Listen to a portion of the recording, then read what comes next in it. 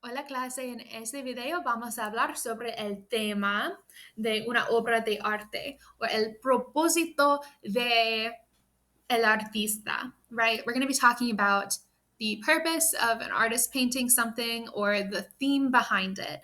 This kind of gets un poquito difícil. It's a little difficult because la manera en lo que alguien interprete una obra es diferente.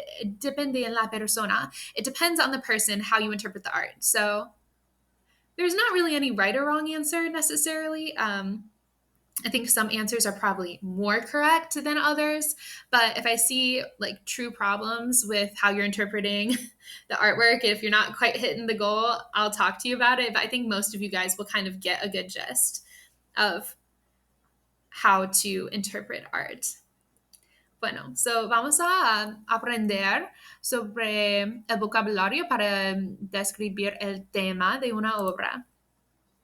So, los temas muy populares, we have la muerte or death. That's a very popular theme. La belleza, beauty. El Dios, God. So remember that especialmente in España, especially in Spain, there was like a huge religious movement within art. So we see a lot of religious art pieces. Hay muchas obras religiosas because a lot of the artists that we're studying painted in the 1800s and 1900s. So in 1800, hacia el 1900. So we have lots of, like, we have a whole century where there were just like a lot of religious art pieces being made. All right, la vida, life. La naturaleza, nature. La familia, family. El dolor, pain. Y es todo. Now, we're going to be talking about some questions and sentence starters to go over theme and details. So, ¿qué representa blank? So, what does blank represent? ¿Y por qué? Why? So, si ya sabes el español, no necesitas usar las frases que están en esta diapositiva.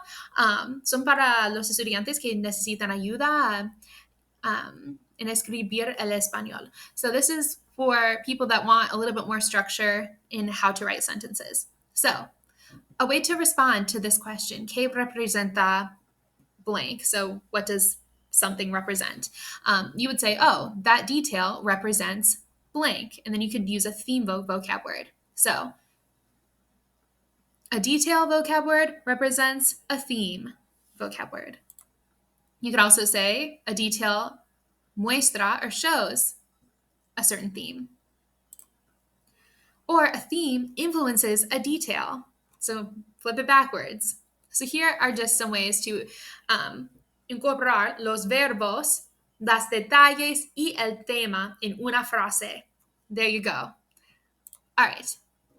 So, voy a mostrar algunos ejemplos para ayudarles en entender cómo escribir una frase sobre el arte. So, for this painting, la imagen, the image, representa el nacimiento de Jesús Cristo. So you might have to look up some vocabulary, and that's okay. You guys can look up vocabulary on SpanishDict.com because that will kind of help fill in the blanks. I can't teach you about very specific themes. So this one is obviously about the birth of Jesus Christ.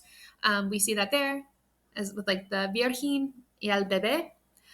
So if I need to look up that word, you just look up that word and insert it into your sentence. So la imagen representa el nacimiento de Jesús Cristo. El Dios influye en las figuras. So God influences the figures that we see here. All right. Another question that might get asked. ¿Cuál es el tema or la fuente de inspiración de una obra? So what is the theme or the source of inspiration for artwork? Now, possible ways to answer this. El tema es blank. Straightforward. The theme is blank. You could also say la fuente de inspiración es blank. So the source of inspiration is blank. El artista muestra or expresa blank. So the artist shows or expresses blank. And then that answers the question. Finalmente, la obra se trata de blank. So the art is about blank. And these are 4 different sentence starters for how you could answer the question above. Let's look at some ejemplos. So, el tema es la belleza. I think that Picasso wanted to make the theme about beauty. Y la fuente de inspiración es la naturaleza de una mujer. So, I think the source of inspiration is the nature of a woman, right? And the overall theme is beauty. That's what I think Picasso was trying to express. Could it be wrong? Sure. Yo no sé. Pero, en mi opinión, es el tema y la fuente de inspiración. All right. So this is kind of getting into analysis of art. We're just dipping our toes in. So when I'm having you learn how to describe art, you will learn so much more about the artist themselves and about the style that they use, and that will also help you analyze art better. For now, we're just learning the vocabulary and how to kind of construct sentences.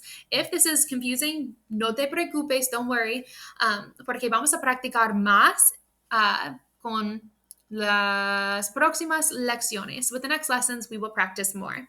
So no te preocupes si esta lección es un poquito confundido, está bien.